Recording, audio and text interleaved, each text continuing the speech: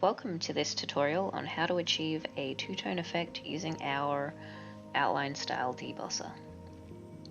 I'm Jess from JLL Cookie Cutter Co. I get a lot of messages from people who struggle with the two-tone technique. This video will walk you through exactly how I achieve this effect, and hopefully I can help set you guys up for success. First we need to suss out all the equipment we need. Fondant. It's very important to find a fondant that works for you. I've really only had success with the Coles brand or Queen's ready to roll icing. Corn flour. Nothing special, just corn flour. I use a dusting bag. I prefer the dusting bag to apply my corn flour. We'll need a rolling pin. I use a small rolling pin with different height spaces.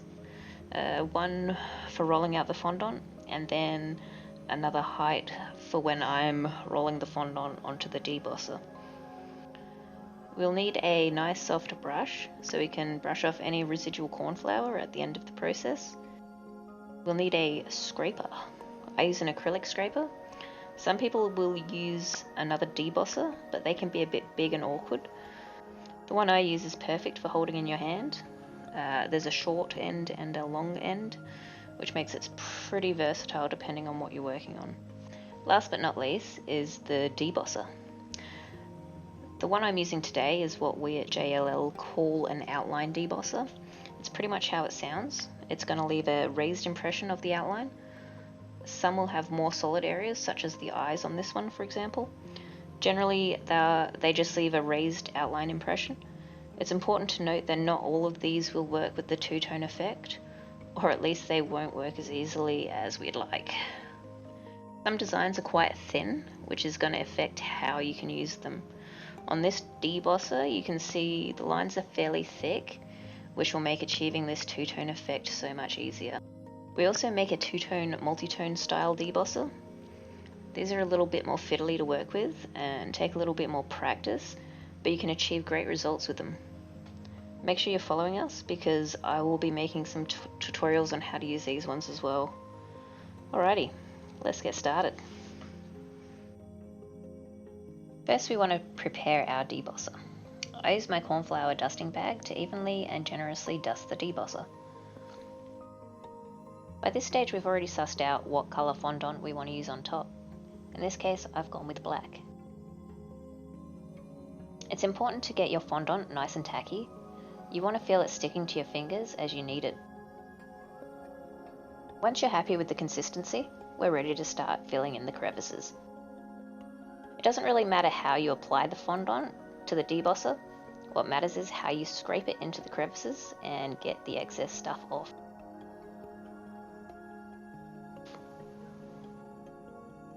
If you've ever grouted tiles, the process is pretty similar. You want to hold the scraper at a 45-degree angle to the debosser. You'll want to apply some downward pressure as you scrape the fondant across the debosser. I tend to work from the inside out.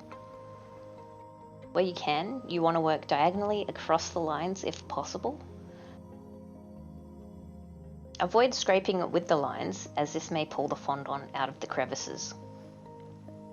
Initially, don't be too concerned about how tidy the debosser looks.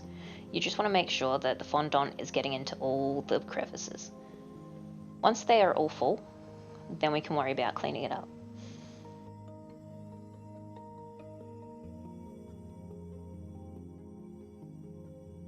Now that the top colour is sussed out, we can put the debosser to the side while we prepare our base fondant. Again, you want to get this as tacky as possible. When rolling it out, dust the bench with corn flour and make sure you don't get any corn flour on the top. This is what I'll refer to as the sticky side. Once the fondant is rolled out, place it sticky side down on the debosser. Starting from the middle, I roll the fondant forwards, and then without any pressure, I roll the rolling pin back to the middle point and then roll the remaining fondant backwards. You only want to roll over it once. Now, it's the moment of truth. You want to slowly pull up the fondant.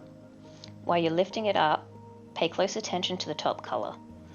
If it's looking as though it's not wanting to come out of the debosser, you can try lift the fondant from another angle like I did here. If everything went according to plan, you've achieved your two-tone effect. And you just need to do a little bit of tidying up. Use a soft brush to dust off any excess corn flour. When it comes to using the cutter, it pays to make sure everything is lined up. Sometimes during the process, the shape can get a bit distorted, but you should be able to push or pull the fondant as required to get it back to where it needs to be. There you have it, the two-tone effect using our outline style debosser.